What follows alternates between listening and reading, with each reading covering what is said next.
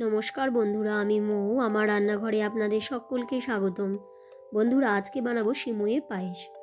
সিমইয়ের পায়েস করার জন্য একটা হাঁড়ি বসিয়ে দিয়েছি, আর হাঁড়ির মধ্যে 1 লিটার আমুল গোল্ড দিয়ে দিলাম।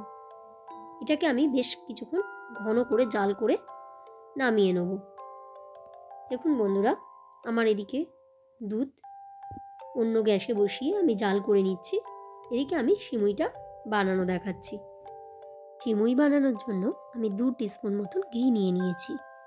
এরপর আমি 130 গ্রাম সিমইটাকে কড়াইয়ের মধ্যে দিয়ে লো ফ্লেমে ভেজে নেব।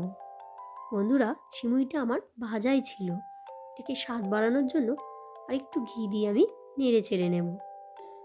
নাড়তে নাড়তেই আমার বর চলে এলো আর বলল, দাও, তোমাকে করতে হবে না, আমি সিমইটা ভেজে দিচ্ছি।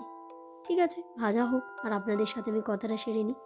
বন্ধুরা, আপনারা কে কোথা থেকে রেসিপিটি দেখছেন অবশ্যই কমেন্টে জানাবেন, তাহলে আপনাদের আমি ধন্যবাদ দিতে পারবো। আর রেসিপিটি ভালো লেগে থাকলে লাইক, কমেন্ট, সাবস্ক্রাইব করে দেবেন। দেখুন বন্ধুরা, এবারে আমার ভাজা হয়ে গেছে। যে দুধটা আমি ঘন করে জাল করে রেখেছিলাম, সেই দুধটা আমি এবার এর মধ্যে আস্তে আস্তে ঢেলে দেবো। আমি এদিকে দুধ ঢালছি, আর আমার বর খুন্তি দিয়ে সিমইগুলোকে দুধের মধ্যে মিশিয়ে দিচ্ছে। এরপর আমি 25 গ্রাম কিশমিশ আর 50 গ্রাম কাজু এর মধ্যে অ্যাড করে দিলাম। আর এখানে আমি একটা পাটালি গুড় দিয়ে দিলাম।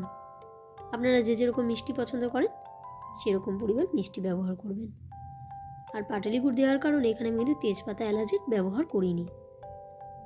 এবারে আমি এটাকে 5 থেকে 7 মিনিট ফুটতে দেবো। আর উপর থেকে আমি 1 চামচ ঘি দিয়ে ভালো করে নাড়িয়ে চাড়িয়ে একটা পাত্রের মধ্যে তুলে গরম গরম ফুলকো ফুলকো লুচির সাথে পরিবেশন করে দেবো। সিমইয়ের পায়েসটা কিন্তু দারুণ খেতে হয়েছিল। বন্ধুরা, আর চিন্তা কেন, ঝটপট বানিয়ে ফেলুন। আর হ্যাঁ, জানাতে কিন্তু ভুলবেন না রেসিপিটি কেমন খেতে হয়েছিল।